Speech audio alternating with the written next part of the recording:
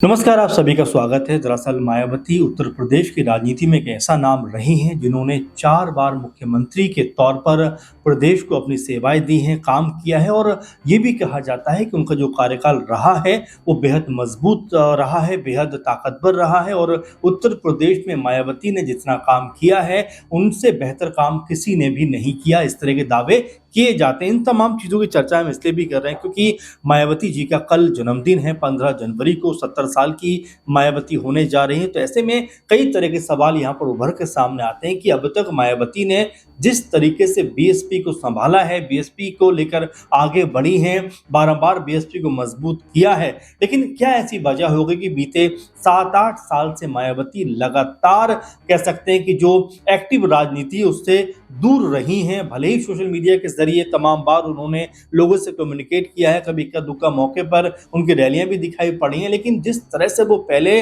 सक्रिय नज़र आती थी, एक्टिव दिखाई पड़ती थी, वैसी अब नज़र नहीं आती। तो क्या अब ये माना जाए कि उत्तर प्रदेश में जब 2027 का चुनाव अब यहाँ से उसकी जो रणनीति है, समीकरण है, वो अब सधने शुरू हो गए, तो क्या यहाँ से मायावती अब एक अलग धारा में बहती हुई या अलग दिशा में जाती हुई दिखाई पड़ेंगी कि अब तक जो उन्होंने कह सकते हैं राजनीति को बहुत जो 7-8 साल उन्होंने उतना जिया नहीं है, तो क्या अब वो पूरी की पूरी कवायद इस बार करती हुई दिखाई पड़ेंगी? चूँकि मायावती के अगर पार्टी की बात की जाए तो इक्का-दुक्का चेहरों के अलावा ऐसा कोई भी नाम नहीं है जिसकी वजह से बीएसपी में उनको पहचाना जा सके, क्योंकि जो भी बड़े नाम थे, जो भी बड़े चेहरे थे, वो बारी-बारी करके मायावती का साथ छोड़कर यहाँ-वहाँ दलों में जाते हुए दिखाई पड़े। कुछ लोग बीजेपी में चले गए, कुछ सपा में चले गए, कुछ कहीं और चले गए, लेकिन बीएसपी का दामन उन्होंने छोड़ दिया। अब यहाँ से मायावती के सामने कई तरह के विकल्प बनते हुए और यहाँ पर सत्ते हुए दिखाई पड़ सकते हैं, क्योंकि मायावती ने भले ही पूरी मजबूती के साथ राजनीति में हाथ ना आजमाए हो इन 7-8 साल के अंदर, लेकिन अब जिस तरह से वो एक्टिव दिखाई पड़ रही हैं, जिस तरह से वो कह सकते हैं कि अपने कदमों में पहले वाली जो धार लेकर आने का प्रयास कर रही हैं, उससे कई लोग ये मान रहे हैं कि उत्तर प्रदेश में जो समीकरण हैं वो यहाँ से बदलते हुए और यहाँ से एक अलग डायरेक्शन में जाते हुए दिखाई पड़ेंगे, क्योंकि जो दलित वोट बैंक है उनके अगर हम उनको लेकर भी बात कर लें तो लगभग 22% के आसपास दलित वोट बैंक जो है वो उत्तर प्रदेश में नजर आता है। और जब बहन जी यानी कि मायावती पूरी तरीके से एक्टिव दिखाई पड़ती थी, उस वक्त लगभग 20-21 जो परसेंट जो दलित वोट बैंक है या लगभग पूरे का पूरा जो 20-22% है वो मायावती की तरफ शिफ्ट होता हुआ दिखाई पड़ता था। लेकिन अब जिस तरह से मायावती उतनी मजबूती के साथ में चुनाव नहीं लड़ी हैं, तो ये भी देखा जा रहा है कि जो वोट बैंक था दलित का वो भी उनसे छिटका है। और देखिए 2024 की अगर बात करें तो महज 10 से या लगभग 10 के आसपास जो वोट बैंक है वो मायावती के हिस्से में रहा, यानी कि जो दलित वोट बैंक था, जो कोर उनका वोट बैंक माना जाता था, वो भी उनके हाथ से छिटका। इसके अलावा जिस तरह से 18% का मुस्लिम वोट बैंक उत्तर प्रदेश में दिखाई पड़ता है, वो भी कहीं न कहीं मायावती की तरफ देखता हुआ दिखाई पड़ता था। और यहाँ तक कि एक बार तो कई जो विधायक हैं और कई जो सांसद हैं वो मुस्लिम चेहरे मायावती की पार्टी से रहे, लेकिन इस बीच वो वोट बैंक भी मायावती के हाथों से खिसकता हुआ दिखाई पड़ा। 2021 का चुनाव जो हमने देखा उत्तर प्रदेश का, उसमें जो सफलता मिलनी चाहिए थी वो सफलता मायावती को नहीं मिली। हम 2024 की बात करें, जो लोकसभा चुनाव था, उस वक्त भी उन्होंने कहा कि भाई एकला चलो की नीति पे हम चलेंगे, हम इतनी कमजोर पार्टी नहीं है, अपने आप को मजबूती से आगे लेकर जाएंगे। लेकिन जब परिणाम सामने आते हैं तो लगभग पूरे देश के अंदर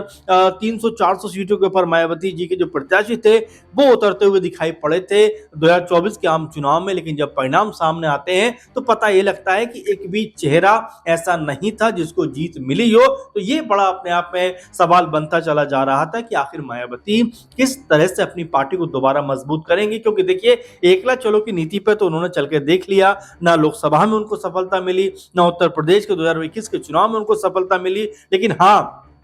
2019 में जब वो सपा के साथ गठबंधन में गई, सपा के साथ उन्होंने गठबंधन किया, उस वक्त उनकी पार्टी को 10 लोकसभा सीटें जीतने का मौका मिला। और वहीं अगर सपा की बात की जाए तो सपा को महज 5 लोकसभा सीटें प्राप्त हुई। तो यहाँ पर भी मायावती ने ये कहते हुए अपना दामन छुड़ा लिया कि सपा के साथ चलने से उनके वोट बैंक पे असर पड़ा है। लेकिन उसके बाद जब देखा जाता है कि जिस वोट बैंक की मायावती जी बात कर रही थी वो तो उनसे कब का छिटक कर दूर हो गया है। तो ऐसे में अब मायावती के ऊपर कहीं ना कहीं ये बड़ी जिम्मेदारी आन पड़ी है कि अपने भतीजों को जिस तरह से आकाश आनंद को सामने लेकर आई थी, उनके हाथों में पार्टी को वो किस तरह से देना चाहते हैं, किस तरह से उनको आगे बढ़ाना चाहते हैं। क्योंकि नामी चेहरों की बात की जाए, बड़े चेहरों की बात की जाए, तो बीएसपी में जैसा मैंने शुरू में भी आपसे कहा, वैसा चेहरा कोई नजर नहीं आता। और यहां पर क्या मायावती 15 तारीख को जब अपना जन्मदिन मना रही होंगी, और इस जन्मदिन को भी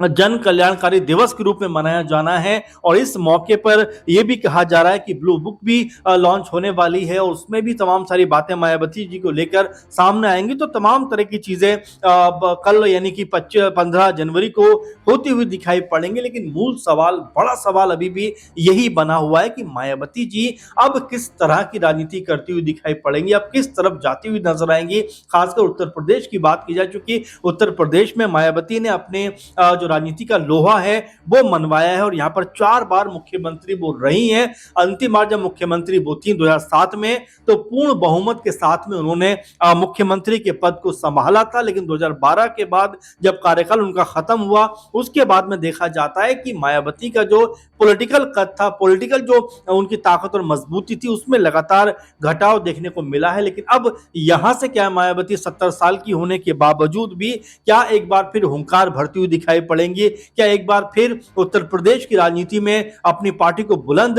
जो है वो करवाती हुई दिखाई पड़ेंगी? क्योंकि बारंबार बात इसलिए भी उठ के सामने आती है कि अभी अगर कुछ दिनों की बात की जाए तो आई थिंक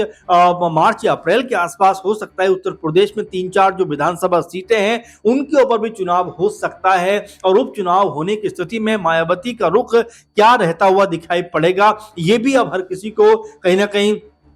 देखने में जो दिलचस्पी है वो दिखाई पड़ती है। क्योंकि मायावती अब तक कहती रही है कि भाई एकला चलो, लेकिन एकला चलो की नीति पर उनको सफलता नहीं मिली है। तो क्या यहां जिस तरह सपा की तरफ से कहा गया है कि भाई बहन जी अगर हमारी तरफ आती हैं तो हम मजबूत बन सकते हैं, इसके अलावा कांग्रेस पार्टी की तरफ से अविनाश पांडे ने कहा कि भाई मायावती जी अगर इंडिया गठबंधन में आती हैं तो हम ताकत के साथ में बीजेपी का मुकाबला कर सकते हैं, हम ताकत के साथ में उत्तर प्रदेश में मजबूत हो सकते हैं, खड़े हो सकते हैं। तो ऐसे में आप ये समझिए कि मायावती के रुख के ऊपर बहुत कुछ डिपेंड करता हुआ यहाँ पे नजर आने वाला। क्योंकि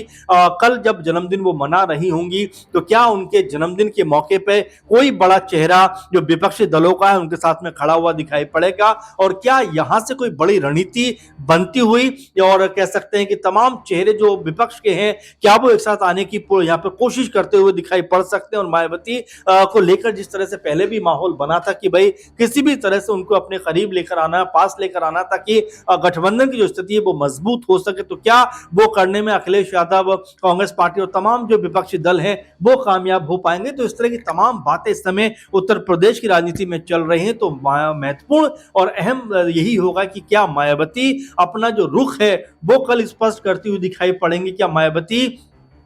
आने वाली जो रणनीति है उसको लेकर कोई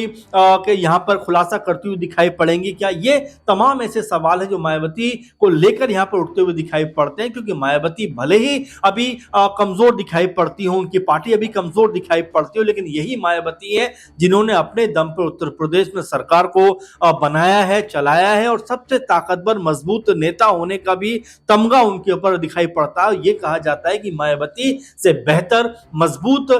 मुख्यमंत्री उत्तर प्रदेश में दूसरा कोई नहीं हुआ। कई जो इस समय बीजेपी के नेता हैं वो भी ये बात कहते हुए दिखाई पड़ते हैं कि मायावती का जो शासन था वो ज्यादा मजबूत दिखाई पड़ता था। तो चूंकि कल जन्मदिन है तो मायावती जी को हमारी तरफ जन्मदिन की बधाई, और साथ में ये भी देखना होगा कि मायावती का रुख कल किस तरह का दिखाई पड़ने वाला है। गठबंधन को लेकर क्या कोई अहम खुलासा या कोई बात यहाँ पर रखती हुई दिखाई पड़ेंगी, या फिर